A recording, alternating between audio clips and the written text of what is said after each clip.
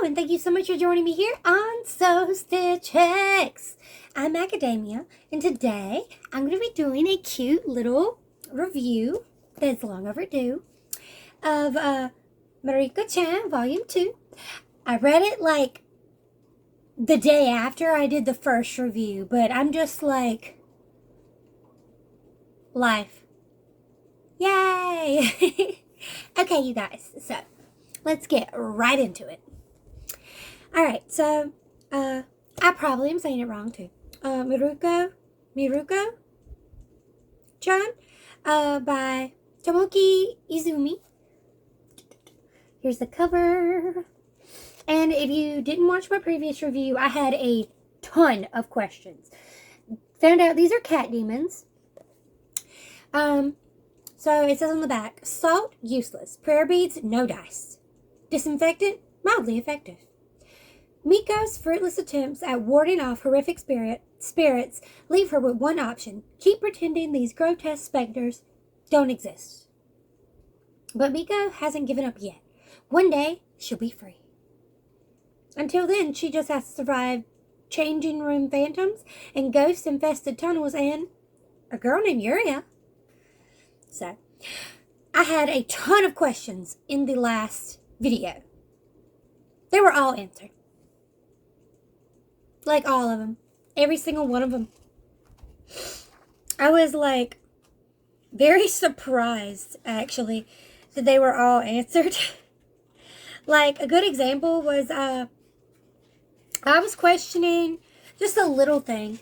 I was questioning about there was this guy in the first one that wanted to get the cat, and the main character was like, give it to him. Don't give it to that pretty boy. The pretty boy's got some bad energy. We find out that this is, in fact, the wife, because they're having an anniversary. So, like, that answered that for me. And a lot of the other things that I had, like, okay, so this girl shows up. And she starts making the main character change her perspective on this just a little bit. Not a lot. Like, it's very subtle. Like, it's showing some really good character development. Because this girl wants to be, like, this powerful, like, medium, I guess. And so, like, she was trying to study under that witch from before. But the witch, you know, she quit after that girl broke the beads immediately. She shows up at the House of Fortune and ends up tracking down this girl because she wants to train under her. She's like, how come she gets to be the apprentice? What happened? She's not the apprentice. If you read the book or you watched my review, you understand that she just showed up and put this poor old woman out of business. This poor lady. Well, here, the girl shows up at her school and is like, she's very imaginative. Like, it's kind of ridiculous. Like, I worry about her health. Like, so she just makes so many assumptions. Like, they're in this tunnel fighting these, like, horrendous monsters. And what happens is she's just, like, there. And because she's there, and as you've seen before, the bigger monsters eat the little monsters. So, the bigger monsters have like a denser energy power that can't be sensed by Yuria, or however you pronounce her name. Let's just call her Y. And the main character can see all of them. So she sees the bigger monster eat the little monster, but all that girl can see are the little monsters. So she just sees these little monsters standing there and suddenly get whipped and disappear because they're being ripped out of the ground and then eaten. She pictures our main character as this, like, powerful priestess who knows what she's doing and exercises all of them. Which I think is how a lot of priestesses want to be seen, as this powerful, all-knowing person, or as knowing as can be. And capable, so that they don't seem weak. And it's just really freaking hilarious to me that she's just got such a huge imagination. But so, like, in this instance, we see her like she's just tying her shoe. in the same, like, scene. She's just tying her shoe. But what the girl sees is she imagines that she's actually setting a barrier. And she's like, wow, she did it that fast. So it's like, she sets herself up to be way too imaginative. And in a way, it makes her naive. And through that naivety, she's kind of in danger. And she doesn't even know. And it makes me so nervous. Like, I don't even know. Like, it sets up another barrier for this girl who's already struggling mentally and emotionally and going through all these, like, traumatic, like, experiences. But what it does is now she has to find another way to deal with it. Because whereas in cases like this, she wouldn't have had anything to do. But then these cat guardians pop up and they're helping her get rid of it with the number 3. So anytime she needs help, they're going to show up one of 3 times. But now she has another person to watch out for, not just her and her best friend. Now she has this girl who shows up at her school and can't see the big heavy-duty monsters. So whereas she was contemplating doing something else, like she was asking herself why. She was putting forth like a movement towards actually being able to do something, right? Like, she's saying, I was, considering the first one, like, this seems like a practical idea, like, just ignore it or try to get over it. You don't want to just immediately go all, like, Ichigo from Bleach, just be like, I'm going to fight these bastards. Like, no, you're going to be scared. You're a girl in high school. You're not ready for this. This isn't where she didn't sign up for this. Like, we're not in this place. That's what she's thinking. Like, I can't do this. We're not prepared for this. Yeah, no. Here, you got this one girl who really wants to be super powerful and can't do anything. Because she can't even see the big ones. And so, in this moment when she's thinking, let me get to the page. So the girl shows up and she's like, you can see them, can't you? And so she just plays dumb.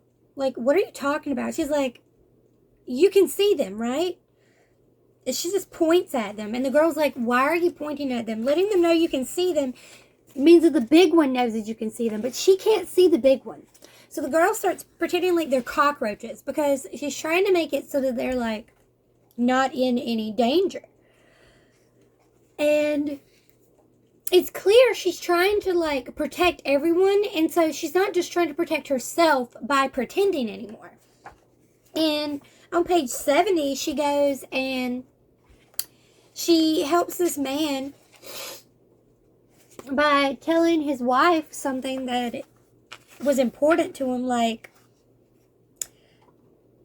goes up to her and gives her the combination to the safe.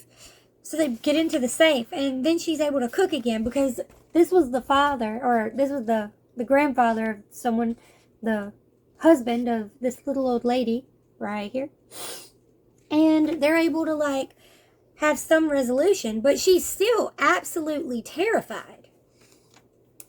So there's, like, this dilemma between a transition to being, like, a superhero, almost like kind of magical priestess here, and the fear that she's like, that's got such a big grip on her that she's trying to take care of everyone, and she doesn't really know how to deal with them. All she can do is use, like, her everyday methods of talking, of trickery, of ignoring them. She doesn't really know how to process or to defeat these, like, spirits. She doesn't even know what they are, which she does start to question them and wonder why this is even a thing. Like, she really starts to question it towards the end, where she sees this tiny little hand on the teacher, and she finds out that the teacher was going to have, like, a child, and it passed away. The last one didn't make it, unfortunately. He was a boy. Since he can't be here to be a big brother, I'll give this one extra love for him. It's strange. I just have this feeling that everything's going to be fine. And you have her best friend tearing up because that's just too sweet. And it is too sweet. It's like this little ghost baby hand. So whereas she does sense something's there, she doesn't sense that something's wrong with it. That, as she's pondering this, scene she just witnessed, she passes by a girl who was clearly killed by a car accident. And she questions, like, these things that I see, what are they? Why did I start seeing them? I don't know what I should do. Maybe I should actually face them. Maybe I should face my situation head on. And then she sees this guy that reminds me of the, like, turnip guy from Spirited Away.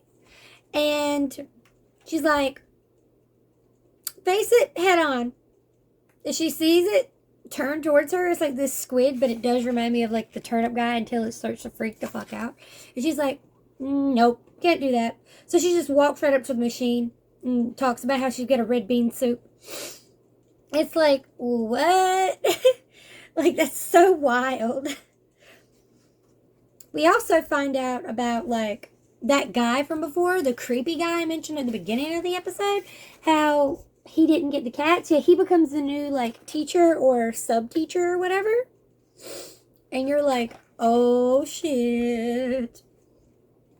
We still have the main character facing the issue of reality versus, like, not reality. Because, like, she sees the same line as she saw before, and that's the husband of the old lady being in line to be eaten. We still don't know what this Vora kink is, and we still see them. I don't know. It's just a really strange dynamic we have going on, because we have the character that's trying to deny everything, but she's trying to be strong because now she has more than just herself to protect. She has 2 other people. And while she does have these cat guardians to help her, they can only help her so much. So she's going to have to figure out how to defend herself. She really lets these, like, ghosts rule her life, not just from the pretending that she does, but, like, she's going to buy a dress for her mom, and instead of buying the dress for her mom, she gets scared because there's a sales lady, businesswoman in there with her. You look very good in that. I found something to go with it.